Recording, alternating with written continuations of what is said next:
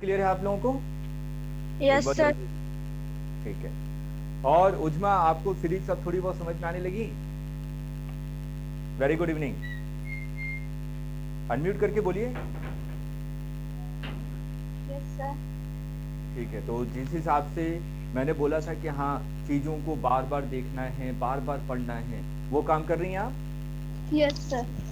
ठीक है। कुमकुम, आपको चीजें समझ में आ रही है बेटा? Yes sir. ठीक। अंशु, अंशु बेटा, मेरी आवाज आप तक पहुंच रही है?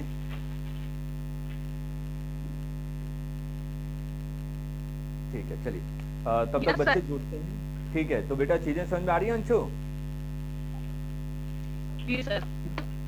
ठीक है। तो जब तक बच्चे जुड़ रहे हैं तब तक हम लोग पुरानी चीजों को एक बार फटाफट पढ़ लेते हैं 2 मिनट के अंदर। तो देखिए, स्टार्टिंग में हम लोगों ने कहाँ से स्टार्ट किया था? आवेश से। ठीक।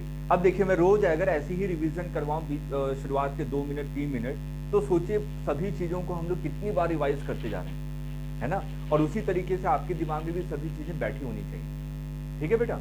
तो देखिए, सबसे पहले हम लोगों ने किसके बारे में चर्चा की थी? आवेश के बारे में। तो हम लोगों ने कहा था कि आवेश क्या है? सदिश राशि है कि अदिश राशि? अदिश राशि। और इसकी इकाई या मात्रक क्या होती है? कूलम होती है।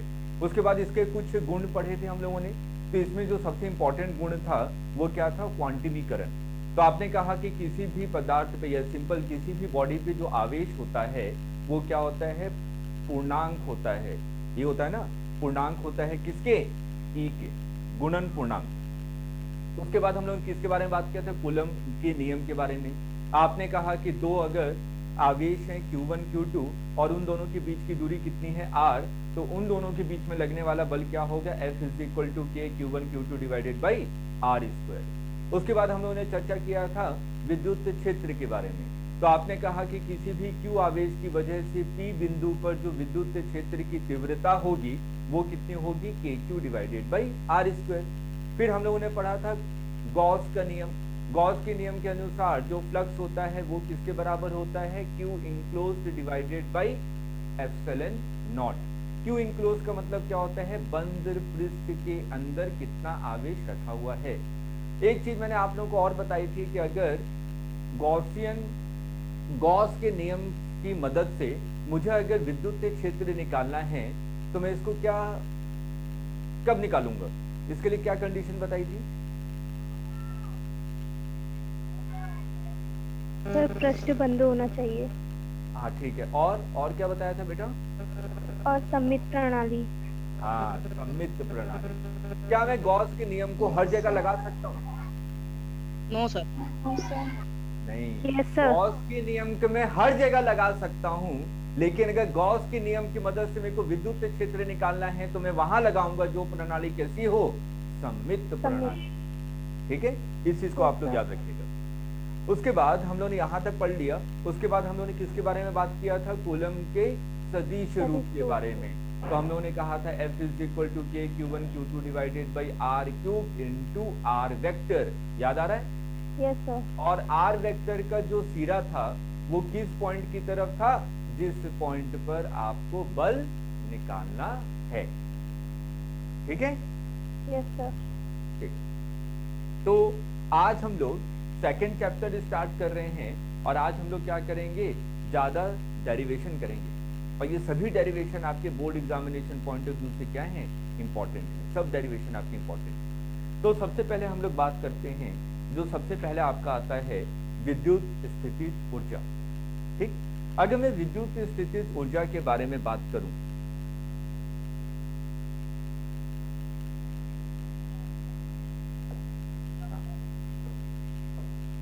विद्युत स्थितिज ऊर्जा, तो विद्युत स्थितिज ऊर्जा को हम लोग कैसे डिफाइन करते हैं? हमेशा याद रखिएगा कि स्थितिज ऊर्जा कब डिफाइन किया जाता है, कब परिभाषित किया जाता है? जब कैसा बल लग रहा हो? संरक्षित बल लग रहा हो। 11वीं क्लास में पढ़ा था ना बेटा, दो तरीके के बल होते हैं, एक होता है संरक्षित बल और एक होता है आपका असंरक्षित बल। ठीक। तो संरक्षित बल, जहां आपका संरक्षित बल लगता है, संरक्षित बल, संरक्षित बल, बल क्या है? हाँ हाँ बता रहा हूँ। संरक्षित बल के अगर मैं उदाहरण देखूं तो कौन कौन से उदाहरण है, उसके बाद संरक्षित बल का मतलब क्या होता है वो भी बता दूं।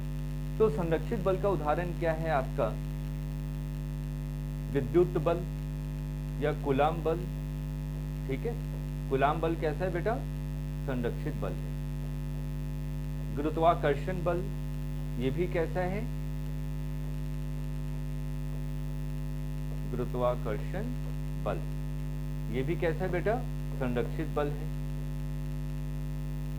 स्प्रिंग पढ़ा था 11वीं क्लास में, spring. Yes sir.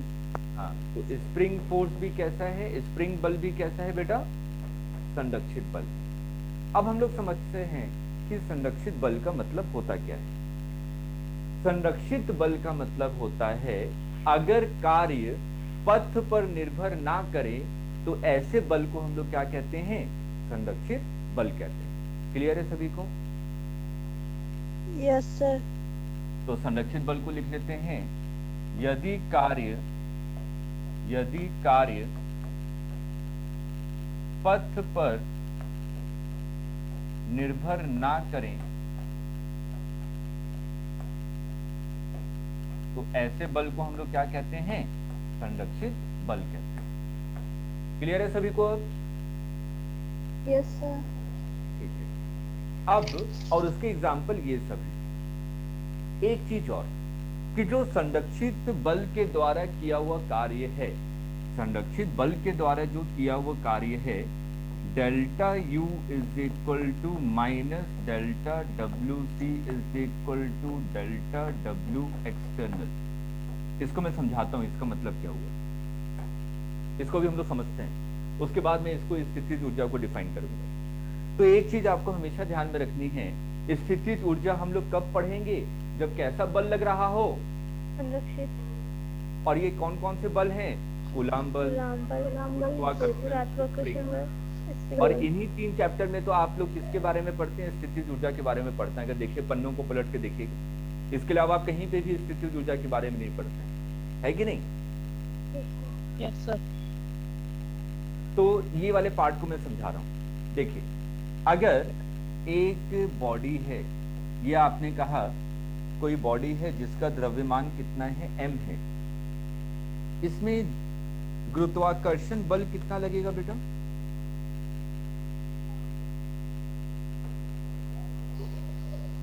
mg, mg, है ना? अब अगर मुझे इसको ऊपर उठाना है तो क्या मुझे बल ऊपर लगाना पड़ेगा, यस सर, नॉर्मल मिनिमम कितना लगाना पड़ेगा, न्यूनतम mg के बराबर। mg। ठीक है। जो हमारा कार्य होता है, कार्य का फॉर्मूला पता है आप लोगों को,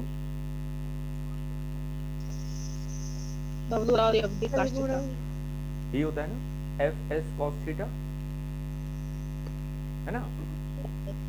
सुनिए, मैंने कहा हम लोग जब भी पोटेंशियल स्थितिज ऊर्जा को परिभाषित करते हैं तो हमेशा किसी के सापेक्ष में बताते हैं। ठीक है, हमेशा किसी के सापेक्ष में बताते हैं कि इसकी स्थितिज ऊर्जा इतनी है। ठीक, और सापेक्ष की स्थितिज ऊर्जा कितनी मानी जाती है, 0। ठीक है, जिसके सापेक्ष में आप बात कर रहे हैं उसकी स्थितिज ऊर्जा कितनी मानी जाती है, 0 मानी जाती है।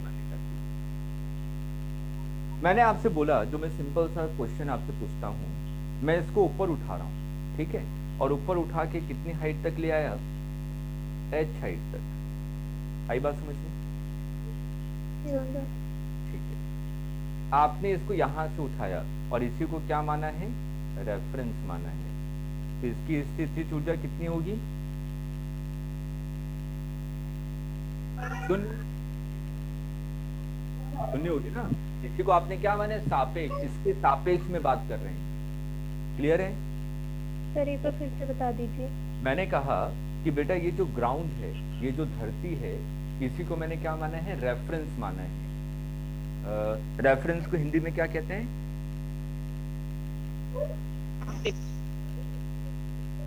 किसी के रेस्पेक्ट में वो तो सापेक्ष कहते हैं, रेफरेंस को क्या कहते हैं हिंदी में, दो तरीके के रेफरेंस आपने पढ़े थे, एक होता है इनर्शियल नॉन इनर्शियल, जड़ित्व और अजड़ित्व, पढ़ा था ऐसा कुछ?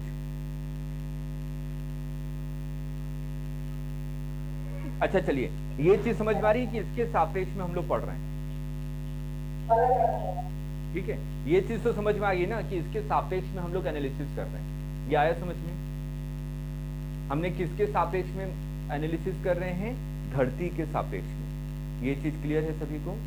Yes sir. ठीक है, तो यहाँ पे जिसके सापेक्ष में हम लोग बातें कर रहे हैं उसकी स्थिति ऊर्जा कितनी होगी? 0। चलिए, ये कार्य का सूत्र होता है। अगर मैं आपसे पूछूं, जो गुरुत्वाकर्षण बल है इसने कितना कार्य किया? गुरुत्वाकर्षण बल कहाँ लग रहा है? नीचे। Yes sir. हम लोग इसको मूव कहाँ कर रहे हैं? ऊपर। दोनों के बीच में कोण कितना है? 180 डिग्री। cos 180 की वैल्यू -1। तो अगर मैं आपसे बोलूं कि work done by conservative force, क्योंकि गुरुत्वाकर्षण बल कैसा होता है? संरक्षित बल होता है ना? Yes sir. ठीक है, तो संरक्षित बल के किया हुआ कार्य ये कितना होगा? mg नीचे की तरफ, डिस्प्लेसमेंट ऊपर की तरफ, विस्थापन ऊपर की तरफ, कितना हो रहा है? और cos 180 की वैल्यू माइनस। ये समझ में आया सभी को? सर डेल्टा डब्ल्यू उसके नीचे सी लगाया, वो क्यों लगा? वो c का मतलब संरक्षित बल, ओके सर। ठीक है? Yes sir. क्या? डेल्टा का मतलब वो कार्य कार्य कार्य,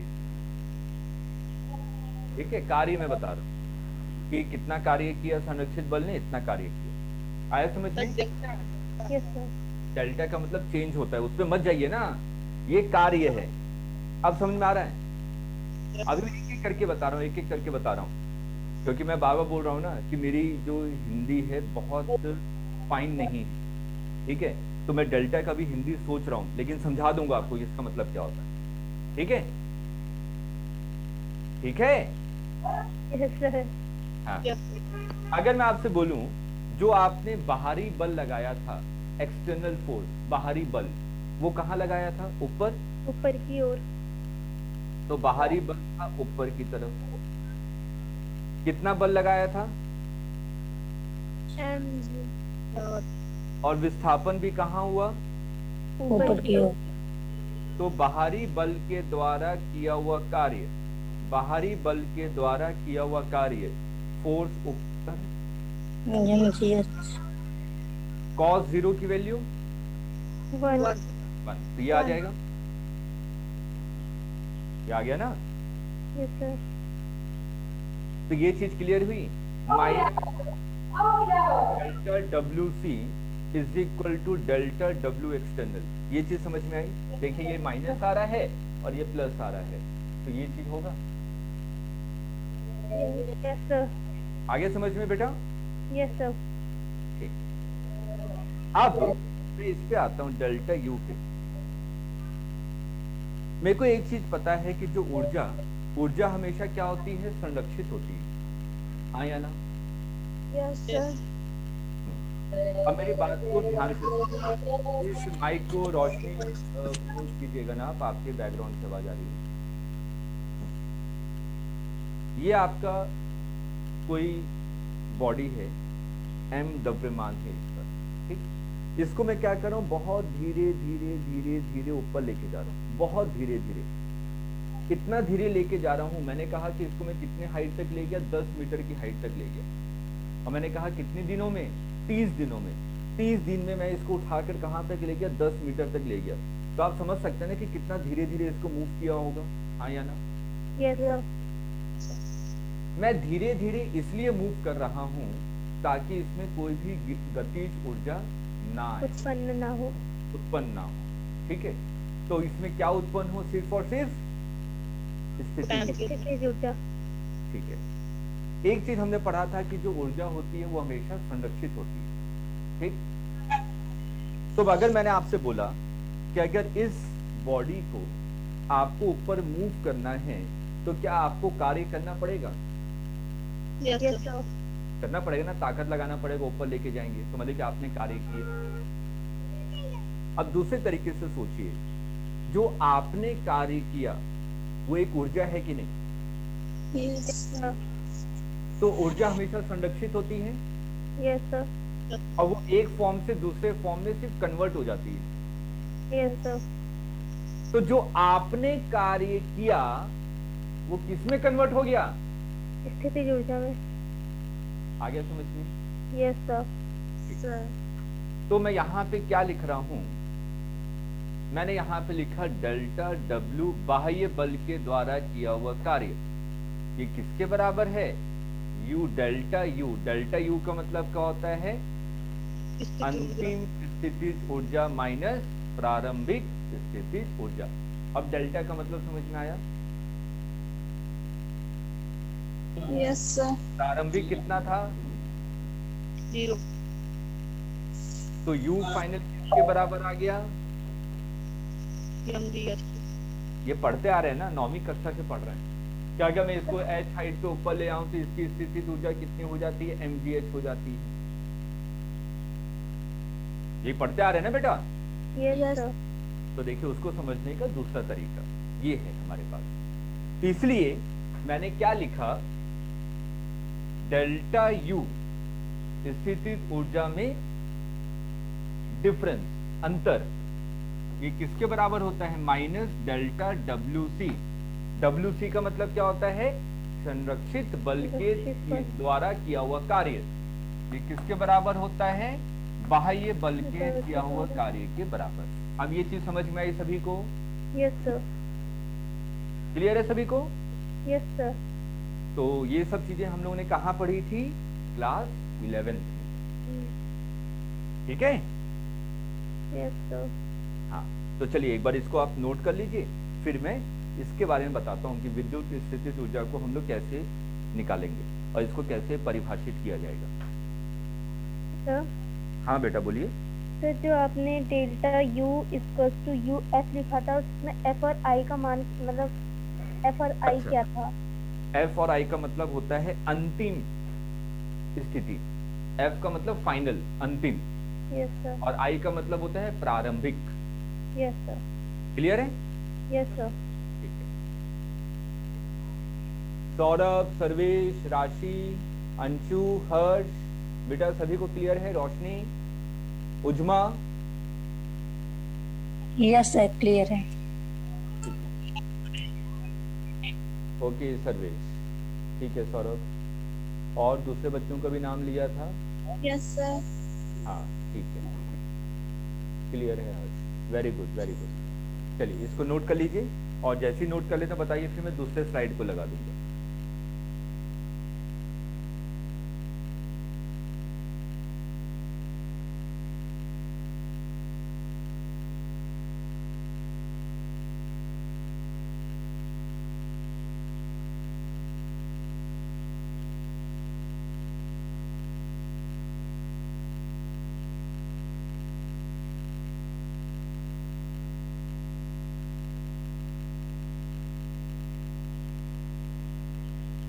सर।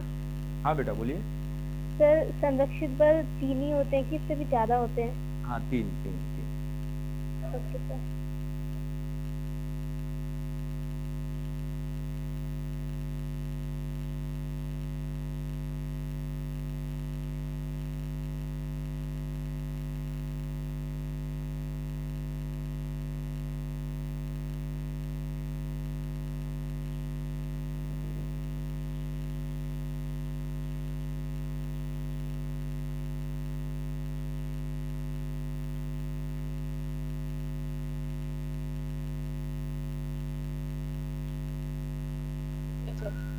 हो गया नोट?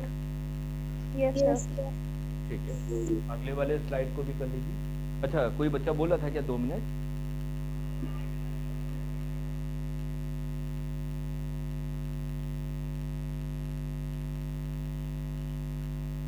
यू आई का मतलब क्या होता है? प्रारंभिक। आई का मतलब प्रारंभ, जहां से स्टार्ट किया था, और एफ Yes, का sir. मतलब क्या होता है? अंत, जहां अंतिम। पे आपने समाप्त किया था। ठीक है? सर चुंबकीय बल भी तो संरक्षण बल है ना। चुंबकीय वो हम लोग गुरुत्वाकर्षण में ही उसको ले लेते हैं, उसको उसी में मान लेते हैं, ठीक है। हाँ, चलिए अब हम लोग यहाँ पे स्थितिज ऊर्जा को डिफाइन करते हैं। स्थितिज ऊर्जा का मतलब क्या हुआ? देखिए, स्थितिज ऊर्जा का मतलब आपने कहा कि दो आवेश हैं, एक आवेश है Q1 और एक दूसरा आवेश है Q2, और इन दोनों के बीच की दूरी क्या है? R। आपसे पूछा गया कि इस प्रणाली का स्थितिज ऊर्जा क्या है। मेरा प्रश्न क्लियर है? मैंने क्या पूछा आप लोगों से? इस प्रणाली का स्थितिज ऊर्जा क्या है? मतलब सिंपल, अगर एक Q1 आवेश है और दूसरा Q2 आवेश है और दोनों के बीच की दूरी R है, तो इसका स्थितिज ऊर्जा क्या होगा ये निकालना है। क्लियर है बेटा? Yes sir. अब इसकी परिभाषा को ध्यान से सुनिए। मैंने कहा कि Q1 Q2 आवेश को लेकर आना है और ऐसी प्रणाली बनानी है। सौरभ, अगर हम एक पाइप में फूलते हैं, सौरभ एक बार अनम्यूट करके बोलेंगे क्या? सौरभ बेटा, अगर हम एक पाइप में फूलते हैं तो कौन सा बल कार्य करता है पाइप के सिरे पे? पाइप में फूलते हैं बेटा, मतलब मैं नहीं समझा, इसलिए एक बार अनम्यूट कीजिएगा सौरभ। सौरभ एक बार प्लीज एक बार अनम्यूट करके पूछे। फूकते हैं, फूकते हैं, वहां पे बल नहीं, प्रेशर काम करता है, दबाव, ठीक है, दबाव के कारण वहां पे होता है, ठीक। और वो तो उस पर डिपेंड करेगा ना कि उसका पथ कैसा है। पाइप अगर बिल्कुल स्ट्रेट है तो अलग होगा, पाइप अगर मुड़ा हुआ है तो अलग होगा, ठीक। तो वो असंरक्षित बल है। क्लियर है बेटा सौरभ? चलिए अब हम लोग वापस इधर आए। हाँ, मैंने कहा कि मुझे क्या चाहिए? Q1 Q2 आवेश चाहिए और इन दोनों के बीच की दूरी कितनी होनी चाहिए? R। तो मैं इसको देखिए कैसे समझूंगा। मैंने कहा अनंत से Q1 आवेश को लेकर आऊंगा पहले, उसके बाद अनंत से Q2 आवेश को लेकर आऊंगा और इसको कितनी दूरी पे रखूंगा? R दूरी पे। आई बात समझ में? मेरे को ऐसा सिस्टम बनाना है ना जहां पे दो आवेश हो, तो ऐसा बनाएंगे क्या बेटा? इनफाइनाइट से क्यों? वही मैं समझा रहा हूँ कि जब भी हम लोग फिजिक्स में किसी भी चीज को डिफाइन करते हैं तो एक रेफरेंस किसी के सापेक्ष में डिफाइन करते हैं। यहाँ पे हमने सापेक्ष किसको माना है? अनंत को, ठीक है। अनंत के सापेक्ष में हम लोग सभी चीजों को डिफाइन करते हैं। तो आपने क्या कहा कि अनंत से Q1 आवेश को लेकर आऊंगा और अनंत से Q2 आवेश को लेकर आऊंगा और कितनी दूरी पर रखूंगा? R दूरी पे। ऐसा करने में जितना कार्य करना पड़ेगा वही इसकी क्या होगी? स्थितिज ऊर्जा होगी। स्थितिज ऊर्जा। कुछ समझ में आया? Yes sir. तो जैसे मैंने समझाया है उसी तरीके से एक बार आप लिख लीजिए। मैं फिर से समझाऊंगा सौरभ, मैं फिर से समझाऊंगा। अभी मैंने जैसा समझाया एक बार आप लिख लीजिए, मैं फिर से समझा रहा हूं। आपने क्या कहा कि मेरे को Q1 और Q2 आवेश रखना है और दोनों के बीच की दूरी क्या होनी चाहिए? R होनी चाहिए। तो आपने कहा अनंत से मैं सबसे पहले Q1 आवेश को लेकर आऊंगा, फिर अनंत से मैं Q2 आवेश को लेकर आऊंगा और कितनी दूरी पर रखूंगा? R दूरी पर रखूंगा। ऐसा करने में मैंने जितना कार्य किया, बाह्य बल ने जितना कार्य किया, वही इसकी क्या होगी? स्थितिज ऊर्जा होगी। क्या सभी को इसकी परिभाषा क्लियर है? Yes sir. राशि, कुमकुम, अंशु, ज्ञान प्रकाश, हर्ष, उज्मा, सौरभ, सभी को बोलना है बेटा। क्लियर है सर। क्लियर है? ओके बेटा। कहीं पे भी दिक्कत परेशानी हो तुरंत अनम्यूट करके मेरे को टोक दीजिए, सर ये चीज समझ में नहीं आई, या तो चैट पे रिप्लाई कर दीजिए। ओके ज्ञान,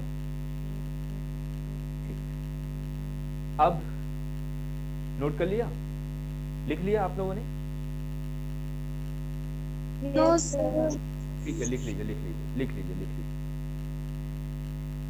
कोई किताबी भाषा नहीं लिखेंगे हम लोग, जो चीज समझी है उसको अपनी भाषा में लिख लेंगे। तो आपको किताबी भाषा अपने आप ही समझ में आने लगेगी कि हाँ किताब में ऐसा क्यों लिख रहा है।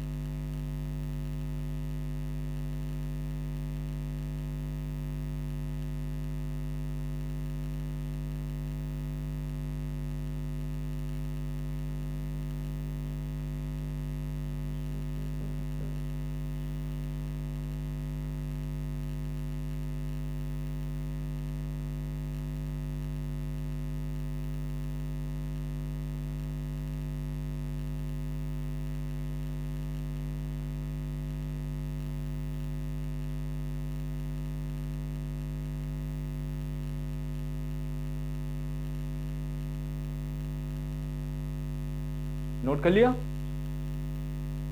yes sir, ठीक है, अब तो लिख लिया होगा, काफी समय दे दिया आप लोगों को लिखने के लिए। उज्मा Yes, ज्ञान sir. प्रकाश सब कुछ हो गया। अब सुनिए,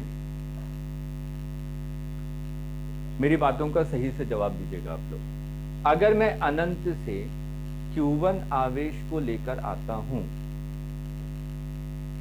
तो क्या मुझे कार्य करना पड़ेगा? No sir. yes sir, yes sir. Anshu ने कहा नो और दूसरे बच्चों ने कहा यस सर। ठीक है, सुनिए अब दूसरा सुनते हैं। अगर मैं Q2 आवेश को अनंत से यहां लेकर आऊं और यहां पे रखूं, जो कि कितनी दूरी पे है? R दूरी पे, क्या मुझे कार्य करना पड़ेगा? Yes sir. yes sir, ठीक है, अब देखते हैं, ध्यान से सुनते हैं। अभी आपको खुद ही आंसर पता चलेगा कि क्या आंसर होना चाहिए। अगर जब आप Q1 आवेश को लेकर आ गए, Q1 मान लीजिए यहां पे रखा हुआ है, ठीक है, Q1 आवेश यहां पे रखा हुआ है।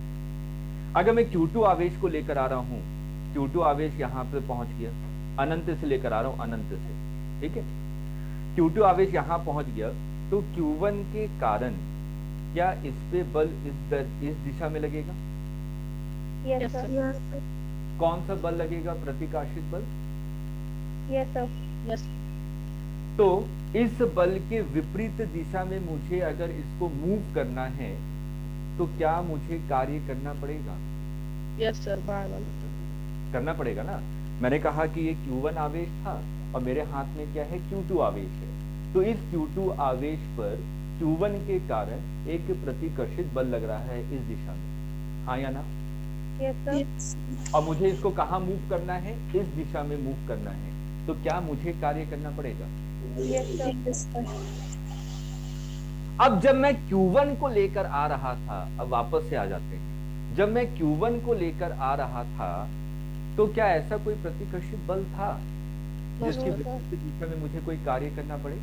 no sir, नहीं था। तो जब मैं Q1 को लेकर आऊंगा तो क्या मुझे कार्य करना पड़ेगा? no sir, नहीं। लेकिन जब मैं Q2 को लेकर आऊंगा तो क्या मुझे कार्य करना पड़ेगा? yes sir, क्या मैं जब Q3 को लेकर आऊंगा तो क्या मुझे कार्य करना पड़ेगा? yes sir, yes sir.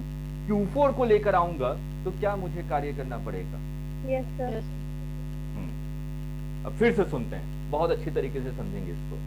जब मैं Q1 को लेकर आता हूं तो क्या मुझे कार्य करना पड़ा? No no sir. sir, जब मैं Q2 को लेकर आता हूं तो क्या मुझे कार्य करना पड़ा? yes sir, yes sir. किसके कारण करना पड़ा? 1 के। Q1 के कारण, तो आपने लिखा कार्य करना पड़ा, किसके कारण करना पड़ा? 1 के कारण। 1 के कारण, ठीक है। जब मैं Q3 को लेकर आता हूं तो क्या मुझे कार्य करना पड़ा? yes sir, किसके किसके कारण? 1 के कारण भी और 2 के कारण भी, क्योंकि Yes, sir. दोनों प्रतिकर्षित बल लगा रहे थे। yes sir, तो यहाँ पे अरे। 1 के कारण भी करना पड़ा और 2 के कारण भी, लेकिन जब मैं चौथे वाले आवेश को लेकर आऊंगा तो क्या मुझे यहाँ पे कार्य 1 के कारण करना पड़ेगा, कारण करना पड़ेगा और 3 के कारण करना पड़ेगा। Yes sir. yes sir, yes sir, Anshu mic को म्यूट कीजिएगा, आप में से इको आ रहा है। क्लियर है ये अब? yes sir, अब ये तो अपने वर्डिंग में आप लोग लिख लेंगे, ठीक है ना? ये तो सिंपल से तरीका बताया, अब इसको समझा जाए। बेटा टेस्ट आपका नेक्स्ट संडे से होगा, ठीक है। नेक्स्ट संडे से आप लोग हमेशा ध्यान में रखिएगा कि पर वीक आपका टेस्ट स्टार्ट हो जाएगा, ठीक है।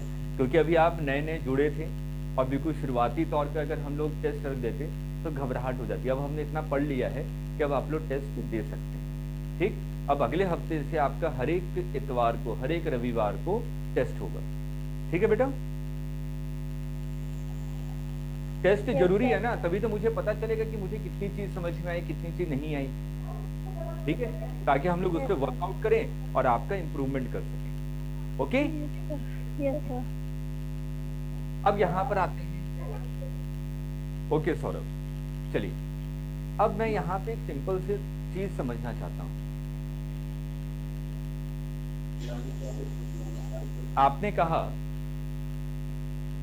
कि ये Q1 आवेश है और ये Q2 आवेश है। Q2 आवेश कहाँ है, कितनी दूरी पे है, R1 दूरी पे है, और मुझे इसको उठाकर B पॉइंट पे ले जाना है। ये A बिंदु है और ये क्या है आपका B बिंदु है। मुझे Q2 को A से B तक मूव करना है, मतलब कि पहले ये R1 दूरी पे था, अब ये कितनी दूरी पे हो गया, R2। तो मुझसे बोला गया कि जो संरक्षित बल लग रहा है इस पे, संरक्षित बल कौन सा है, कूलाम बल। Yes sir. तो कूलाम बल ने कितना कार्य किया, मुझे ये निकालना है। क्या प्रश्न क्लियर है आप लोगों को? Yes sir. मुझे क्या करना है, Q2 को A बिंदु से B बिंदु तक लेकर आना है, और आपसे क्या पूछा गया कि यहाँ पर संरक्षित बल ने कितना कार्य किया। ठीक है, इसको अपने दिमाग में रखिए, दिमाग में रखिए, ठीक है। अब मेरी बातों को आप लोग ध्यान से सुनेंगे, कोई भी बच्चा नोट नहीं करेगा कोई भी चीज जब तक मैं ना बोलूं, ठीक। मैंने कहा मान लीजिए ये यहाँ पे पहुंच चुका, इस पोजीशन पे Q2 आवेश आ गया, धीरे धीरे लेकर आ रहा है ना यहाँ पे, तो किसी समय यहाँ पहुंच चुका होगा Q2 आवेश। Q2 आवेश यहाँ पे पहुंच चुका, इसको मैं C पॉइंट मान रहा हूँ कि C बिंदु पे ये आवेश पहुंच चुका, और ये कितनी दूरी पे है Q1 से, आपने कहा ये आपका X दूरी पे है। कितनी दूरी पे है, X दूरी पे।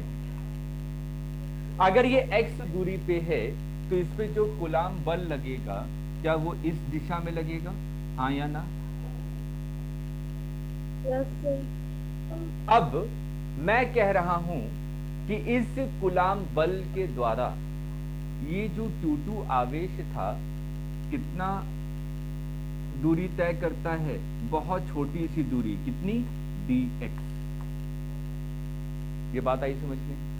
Yes sir. सर एक बार फिर से बता दीजिए। मैंने कहा कि किसी समय पे आपने मान लिया जो Q2 आवेश है वो कहाँ है, C बिंदु पे है, यस ठीक। सर। इस पे कूलाम बल कहाँ लग रहा है, दाहिने तरफ। Yes sir. तो ये जो कूलाम बल है तो क्या इसको इस दिशा में मूव करेगा? Yes sir. तो आपने कहा इस दिशा में इसने इसको छोटा सा मूव किया, कितना, dx। Yes sir. तो छोटा सा कार्य करना पड़े होगा इसको। Yes sir. तो वो जो छोटा सा कार्य किया इसने, किसने, संरक्षित बल ने, क्योंकि कूलाम बल कैसा होता है, संरक्षित बल होता है, वो क्या होगा, F dx के बराबर होगा।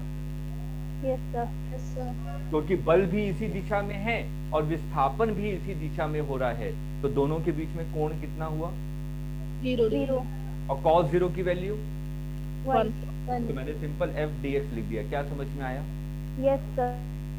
अगर मैं इसका संकलन कर दूं तो क्या मुझे पूरा कार्य मिल जाएगा? Yes sir. पूरा कार्य क्या डेल्टा WC होगा, संरक्षित बल के द्वारा किया हुआ कार्य। Yes sir. और डेल्टा WC क्या माइनस डेल्टा U होता है? अभी लिखा था ना आपने, delta U is equal to minus delta WC, तो delta WC is equal to minus delta U। Minus से मल्टीप्लाई कर दीजिए दोनों तरफ, ये आ जाएगा। सर नहीं समझ में आ रहा सर। ये चीज बताई थी अभी, जो चीज बताई थी ये बताया था, बस उसको बोलेगा हाँ या ना। ये बताया था अभी, यस सर। देखिए बताया था। Yes sir. ठीक। अगर मैं इधर माइनस से मल्टीप्लाई कर दूं, इधर भी -1 से मल्टीप्लाई कीजिए और इधर भी -1 से मल्टीप्लाई कीजिए, क्या हो जाएगा?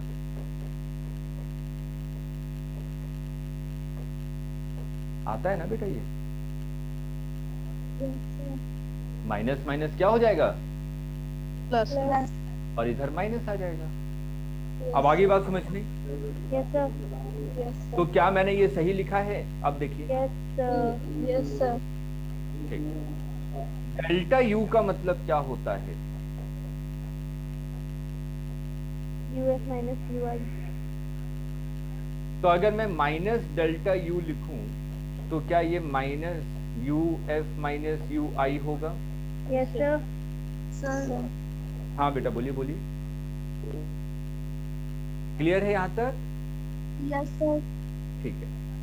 अगर मैं माइनस को अंदर मल्टीप्लाई करूं तो ये माइनस यू एफ हो जाएगा, हाँ या ना? Yes sir. माइनस माइनस क्या हो जाएगा? प्लस। प्लस यू आई।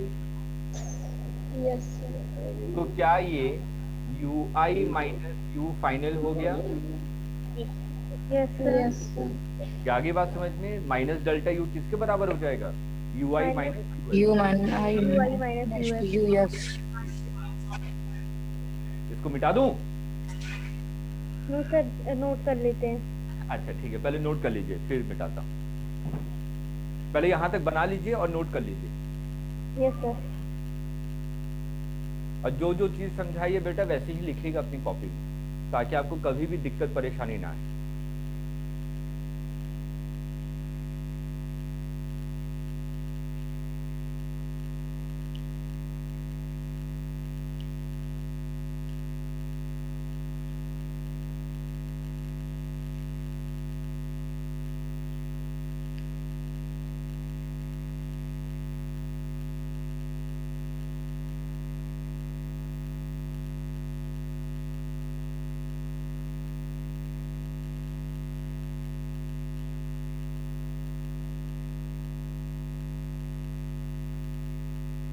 राशि, सर्वेश, हर्ष, ज्ञान प्रकाश, रोशनी, उज्मा, सौरभ, भूमिका, सभी को क्लियर है यहाँ तक?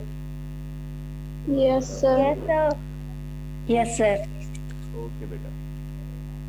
अभी भी बता, कई लोगों की आवाज नहीं आई जिनसे मैंने नाम लिया था। ज्ञान प्रकाश का आ गया है मैसेज, सर्वेश ने भी कर दिया है थम्स अप। हर्ष की आवाज नहीं आई। हर्ष अब आ गया, क्लियर है। राशि,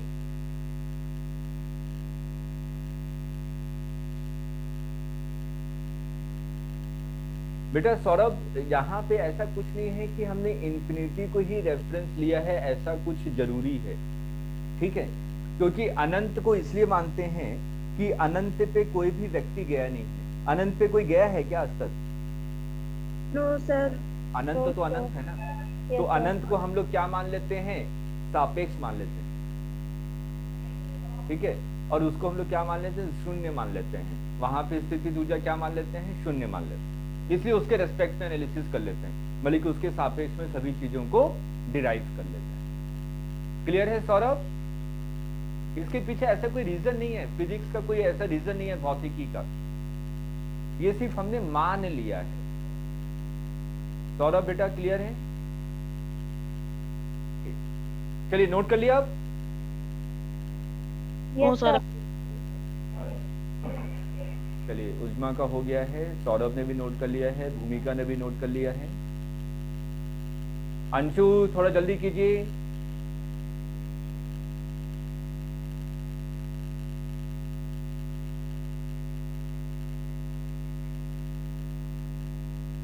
हो गया नोट?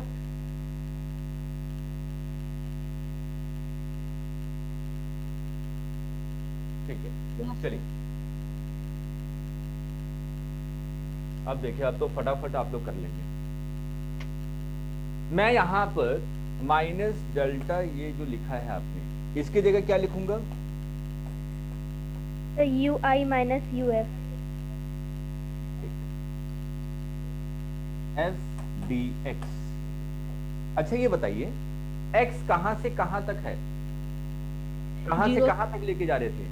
Just infinite. 1 से R2 तक। x यही था ना, पहले a पोजीशन पे था तो x की वैल्यू कितनी थी?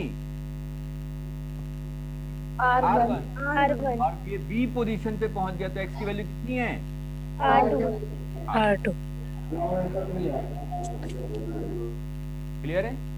Yes sir. yes तो यहाँ पे जो संकलन में लिमिट रखते हैं कहां से कहां रखेंगे? R1 से R2 R2 तक। ये फोर्स की वैल्यू अगर ये C पॉइंट पे है, C बिंदु पर है, तो यहाँ पे कूलम्बिक बल कितना लगेगा?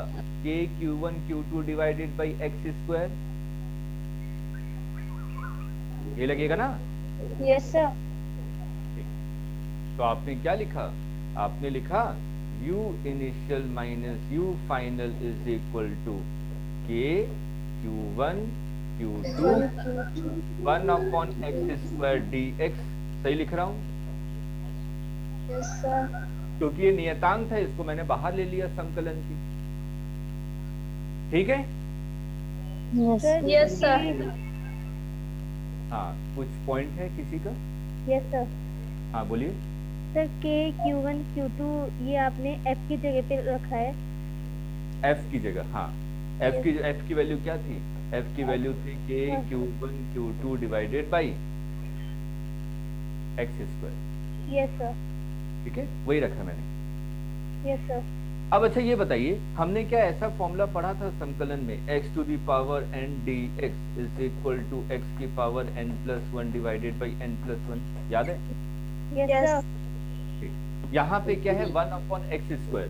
तो 1 अपॉन एक्स स्क्वायर को क्या हम लोग ऐसा लिख सकते हैं, x की पावर -2? Yes sir. तो n की वैल्यू कितनी होगी? -2। तो x की power -2 plus 1 divided by -2 plus 1, ये -1 अपॉन x हो जाएगा। Yes sir. yes sir clear है सभी को? yes सर sir ये वाली लाइन समझ में नहीं आई। कौन सी बेटा? सर x -2 प्लस 1 n की जगह क्या है? n की वैल्यू कितनी है? 2. -2 तो -2 पुट कर दिए, -2 plus 1 plus 1। Yes sir. Clear है? ज्ञान बेटा ये वाला फॉर्मूला पढ़ा है बेटा हम लोगों ने संकलन में? ज्ञान प्रकाश जल्दी से बताइएगा, ये फॉर्मूला पता है संकलन का?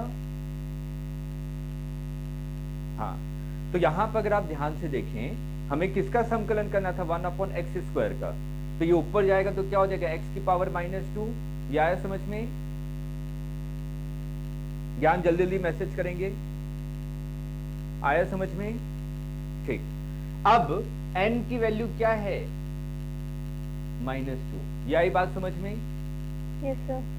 ठीक, तो बस वैल्यू पुट कर दीजिए, x की पावर -2 प्लस 1 और नीचे क्या आ जाएगा? -2 प्लस 1।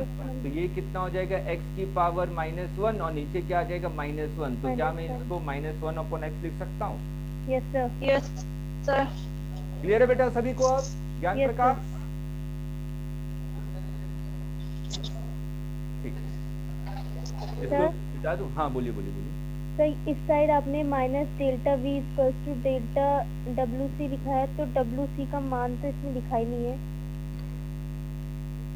डेल्टा WC यही तो था, Yes sir. ठीक है? Yes sir. हाँ, चलिए मैं इसको मिटा दूं। Yes sir. ठीक, मैं इसे समझाने के लिए बताया था, यस सर। अब इसको मैं डायरेक्ट लिखता हूँ। तो आपने कहा ये कितना हो जाएगा? -k Q1 Q2 1 upon x.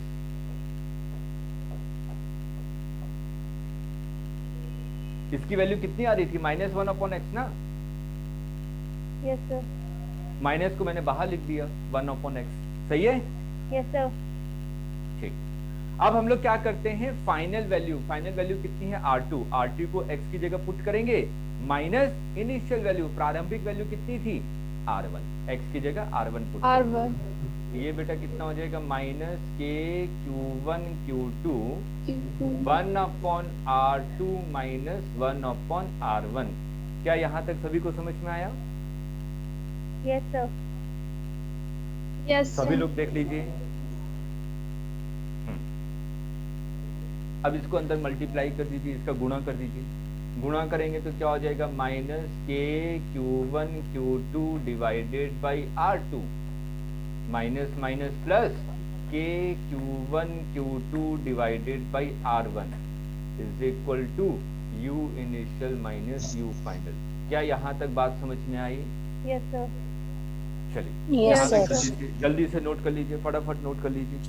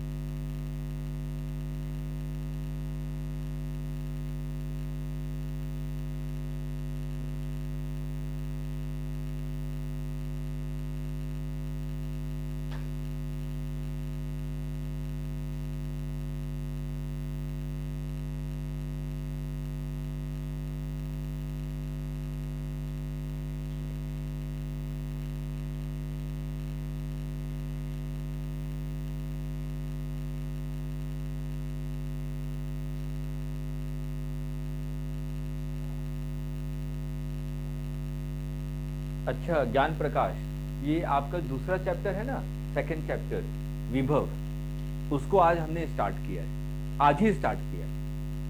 ठीक है ज्ञान प्रकाश, कोई घबराने की आवश्यकता नहीं है। आपके पास पुराने लेक्चर्स भी होंगे, रिकॉर्डेड लेक्चर हैं, उसको देखें और उसके बाद एक दिन मैं ऐसा करूंगा सभी चीजों को फिर से रिपीट कर दूंगा, पूरा जहां तक पढ़ा है। ठीक, नोट कर लिया सभी ने? Yes sir. Okay yes sir. अब ठीक है, अब इधर देखिए, हम लोगों ने कहां से इसको स्टार्ट किया था, ए पॉइंट से, हाँ या ना? हम लोग क्या कर रहे थे, Q2 आवेश को A से B तक लेकर आ रहे थे ना। yes sir तो A क्या था, प्रारंभिक बिंदु, और B क्या था, अंतिम बिंदु। अंतिम बिंदु। तो मतलब कि R2 क्या था, अंत, और R1 क्या था, प्रारंभ। प्रारंभ। तो क्या मैं इसको ऐसा लिख सकता हूं, U initial minus U final is equal to K Q1 Q2 divided by R1 minus K Q1 Q2 divided by R2। वही चीज है जो अभी आपने लिखा, वही चीज है। yes देखिए देखिए अपनी कॉपी में देखिए, yes sir मैंने sir। इसको पहले लिखा था और इसको बाद में लिखा था, और कुछ नहीं किया यहाँ पे, है ना? yes sir yes sir. ठीक। अब मैंने एक चीज बताई थी कि जब भी हम लोग स्थितिज ऊर्जा को परिभाषित करते हैं तो किसी के सापेक्ष में करते हैं। तो यहाँ पर हम लोगों ने सापेक्ष किसको माना है, अनंत को। ठीक है, यस सर। Yes sir. तो आपने क्या कहा, R2 को क्या मान लिया, अनंत मान लिया, आनंद और अनंत पे ऊर्जा कितनी होती है, जिसको भी हम लोग सापेक्ष मानेंगे उसकी ऊर्जा क्या होगी, जीरो। जीरो। मैंने कहा जो R1 है इसको मैंने R मान लिया, ठीक है, R1 को क्या मान लिया, R मान लिया। तो प्रारंभिक ऊर्जा को क्या मान लिया, U मान लिया। सिर्फ माना है, घबराइएगा नहीं। देखिए ये चीज समझ में आ रही है? yes sir थोड़ी थोड़ी सिंपल सा लॉजिकली सोचिए, हम लोग यहाँ पे क्या कर रहे थे, A से B तक लेके जा रहे थे ना। Yes sir. मैं कह रहा हूँ A से अनंत तक लेके चले गए, तो R2 की वैल्यू क्या हो जाएगी, infinite इनफाइनाइट। और अनंत पे ऊर्जा कितनी हो जाएगी? 0 शून्य। R1 को क्या मान लिया? R मान लिया। और प्रारंभिक ऊर्जा को क्या मान लिया? U मान लिया। अब आया समझ में? यस सर ठीक है। हाँ, तो देखिए ये चीज वही लिखी है मैंने, ठीक। Yes. तो अगर मैं R2 को अनंत रखूं तो 1 अपॉन अनंत कितना हो जाएगा? 0 Zero. U फाइनल कितना हो जाएगा? Zero. 0 ये रहा। तो यहाँ पे क्या बचा? U initial. U इनिशियल को क्या माना है? U यहाँ पे क्या बचेगा? K Q1 Q2 divided by R1। R1 को क्या माना है? R R.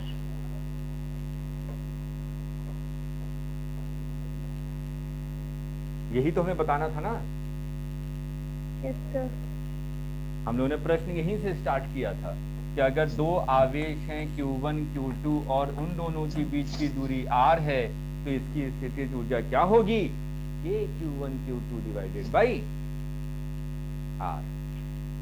क्लियर है? Yes. Yes sir yes sir. U क्या है? स्थितिज ऊर्जा। स्थितिज ऊर्जा, ठीक है ज्ञान प्रकाश। U क्या है? स्थितिज ऊर्जा। यहाँ पे इस फॉर्मूले में याद रखिएगा, इस सूत्र में Q1 Q2 क्या करेंगे? With sign. अगर पॉजिटिव है तो पॉजिटिव पुट करेंगे, अगर ऋणात्मक है तो ऋणात्मक माइनस साइन पुट करेंगे। क्लियर है? Yes Yes. सर चलिए फटाफट नोट कर लीजिए। तो ये जो आपकी स्थितिज ऊर्जा है ये कैसी राशि होती है? अदिश अदिश। इसकी मात्रक क्या होती है? जूल। जिसको किससे डिनोट करते हैं? J से। पढ़ा है ना ये सब? यस सर चलिए जल्दी से नोट कर डालिए।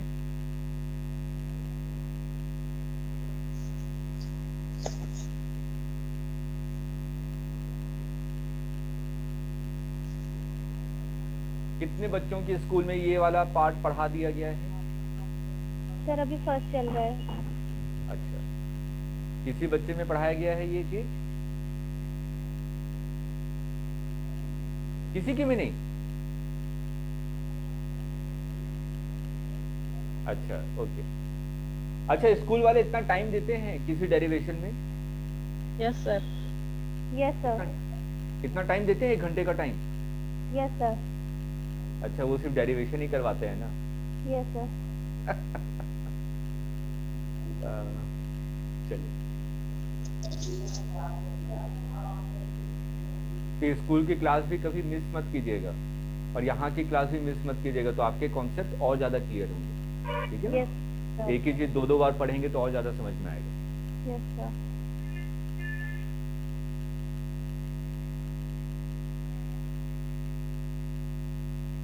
सौरभ, जो हम लोग बल लिखते हैं K Q1 Q2 divided by R square, तो जो शुरुआत वाली क्लास थी हमारी उसमें मैंने हमेशा बताया था ये बल का क्या लिया जा रहा है? परिमाण लिया जा रहा है। और जो पिछली क्लास हुई थी हमारी उसमें मैंने क्या बताया था? कूलम्ब का सदिश रूप। तो उसमें हम लोग Q1 Q2 क्या लेते हैं? विद साइन लेते हैं। सर हाँ बेटा बोलिए भूमिका। सर आपने पिछली वाली क्लास में बोला था कि कूलम्ब के सदिश रूप के बारे में मैं आपको अगली क्लास में बताऊंगा, तो आपने कहा था याद दिलाना करके। अच्छा ठीक है, कोई नहीं भाई, आप इसको अगली क्लास में याद दिलाए, नहीं तो बताइए पूरा कॉन्सेप्ट हिल जाएगा। हम लोग इसको पकड़ चुके हैं ना? ठीक है, अगली Yes, क्लास sir. में याद दिलाए, शुरुआत में मैं बता दूंगा। ठीक है, यस सर यहाँ तक हम लोगों ने कर लिए। अब एक नई चीज आती है, वो है विभव। 10वीं क्लास में भी पढ़ा होगा विभव, है ना? यस सर सुनिए इसको कैसे डिफाइन करते हैं। आपने कहा एक आवेश है Q, ये Q आवेश है और इससे R दूरी पे, ठीक, और मेरे से पूछा गया Q आवेश की वजह से P बिंदु पर विभव कितना होगा। प्रश्न क्लियर है मेरा? यस सर मैं यहाँ पे क्या निकालना चाहता हूँ, Q आवेश की वजह से P बिंदु पर विभव निकालना चाहता हूँ। ठीक है, यस सर। अब देखिए इसको कैसे डिफाइन करते हैं, हम लोग इसको कैसे परिभाषित करते हैं। मैंने कहा कि अनंत से 1 कूलम आवेश को यहां तक लाने में जितना कार्य करना पड़ेगा वही इस Q आवेश का इस बिंदु पर विभव होगा। नहीं आया? नहीं आया? Yes sir. सुनिए, फिर से सुनिए। 1 कूलम आवेश को अनंत से इस बिंदु तक लाने में जितना कार्य करना पड़ेगा वही इस Q आवेश का P बिंदु पर विभव होगा। अब आया? Yes sir. इससे पहले हम लोग जब स्थितिज ऊर्जा को डिफाइन कर रहे थे, यहाँ पे आपने Q1 लिया था, यहाँ पे Q2 लिया था, हाँ या ना? Yes sir. तो मैंने क्या कहा था कि अनंत से Q2 को यहां तक लाने में जितना कार्य करना पड़ेगा वो इस प्रणाली का स्थितिज ऊर्जा होगा। याद है? Yes sir. Yes sir. यहाँ पे हम लोग Q2 आवेश को लेकर नहीं आ रहे हैं, किसको लेकर आ रहे हैं? 1 कूलम। 1 कूलम आवेश को। देखिए सौरभ ने बिल्कुल सही कहा है, किसी एकांक आवेश को अनंत से विद्युत क्षेत्र के भीतर किसी भी बिंदु तक लाने में जितना कार्य करना पड़ता है वो उसका विभव होता है। आगे बात समझ में? इतना डल क्यों हो गया, नहीं आया क्या समझ में? नहीं आया तो बोलिए, कोई बात नहीं। नहीं आया? हाँ या ना? नहीं आया? यस सर, आ गया। ज्ञान फिर से सुनिए। मैंने कहा 1 कूलम आवेश को अनंत से यहां तक लाने में जितना कार्य करना पड़ेगा वही इस Q आवेश का विभव होगा। नहीं आया?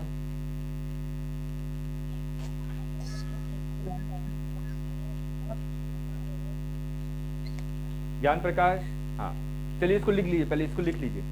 इसका फॉर्मूला बहुत आसान सा सूत्र है इसका। सर, हाँ बोलिए बेटा। सर विभव को किससे डिनोट करते हैं? V। ये कैसी राशि होती है? अदिश। और इसका मात्रक क्या होता है? वोल्ट। ठीक है, यस सर। नोट कर लिया सभी ने? लिख लिया? Yes sir. ठीक। अब सुनिए, अगर ये आपका Q आवेश होता और ये Q0 आवेश होता और इन दोनों के बीच की दूरी R होती तो स्थितिज ऊर्जा क्या होती? सही लिखा है? दोनों सही है बेटा सौरभ, दोनों सही है। अब अगर आप ध्यान से देखें, मेरे को Q0 की जगह क्या है यहाँ पर? P। 1 कूलम। 1 कूलम। तो अगर मैं इसको Q0 की वैल्यू 1 ले लूं, ठीक है, या इसको मैं ऐसे लिख लूं, इसको यहाँ पे डिवाइड कर दूं, तो ये क्या आ जाएगा? U डिवाइडेड बाई Q0 के Q डिवाइडेड बाई R। हाँ या ना? Yes sir. इसका मतलब तो बनी हुआ ना यहाँ पे। Yes sir. के Q into 1 divided by R। अरे इस वाले फॉर्मूले में पुट कीजिए, इस वाले फॉर्मूले में पुट कीजिए। स्थितिज ऊर्जा क्या थी हमारी? के Q1 Q2 divided by R, यही था ना? तो मैंने क्या Yes, लिखा? sir. के Q1 Q2 divided by R, इसको क्या कहते हैं? विभव। आया समझ में? लेकिन आपने तो Q0 U के नीचे डाल दिया। सुनिए सुनिए, इसको छोड़िए, अभी 2 मिनट के लिए छोड़ दीजिए, इसको छोड़ दीजिए। ये इस वाले फॉर्मूले को यहाँ पे रखा, तो हम लोगों ने क्या था कि Q2 की वैल्यू कितनी है, 1 कूलम। Yes sir. तो इसकी स्थितिज ऊर्जा यही होगी ना, यस सर। और इसी को क्या कहते हैं, विभव। विभव कहते हैं ना। Yes sir. तो इसकी वैल्यू क्या है, इसकी वैल्यू क्या है, इसको अगर मैं डिवाइड कर दूं तो U divided by Q0 KQ by R है ना, देखिए। Yes sir. अरे सिंपल से इसको डिवाइड कर दिए तो यही चीज आ जाएगी ना। Yes sir. Yes sir. हाँ, तो आपने इसको क्या लिखा,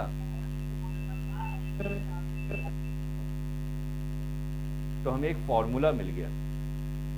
क्या फॉर्मूला मिल गया, हमें पता था डेल्टा U क्या होता है माइनस डेल्टा WC, हाँ या ना।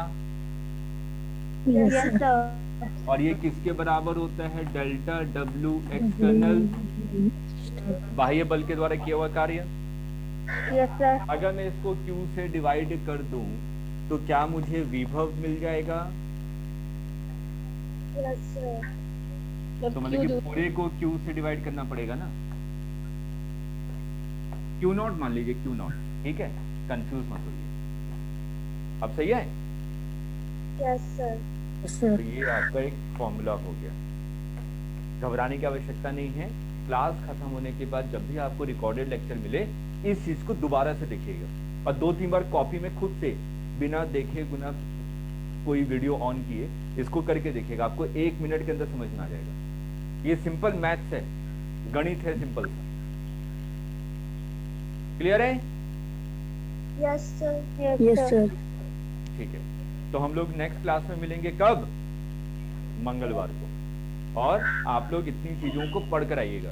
देखिए आज हम लोगों ने बहुत धीरे धीरे चले हैं, ठीक है, Yes, अभी इसके आगे बहुत सारी चीजें पढ़नी है, इसलिए इसके आगे जो दिया हुआ है कि अगर मैं किसी भी बाह्य विद्युत क्षेत्र में द्विध्रुव को रख देता हूं तो उस पर कितना बल आघूर्ण लगता है, उसकी स्थितिज ऊर्जा कितनी होती है, द्विध्रुव के अक्ष पर विभव कितना होता है, द्विध्रुव के अक्ष पर विद्युत क्षेत्र कितना होता है, ये सब चीजें थोड़ा सा पढ़ कर आइएगा।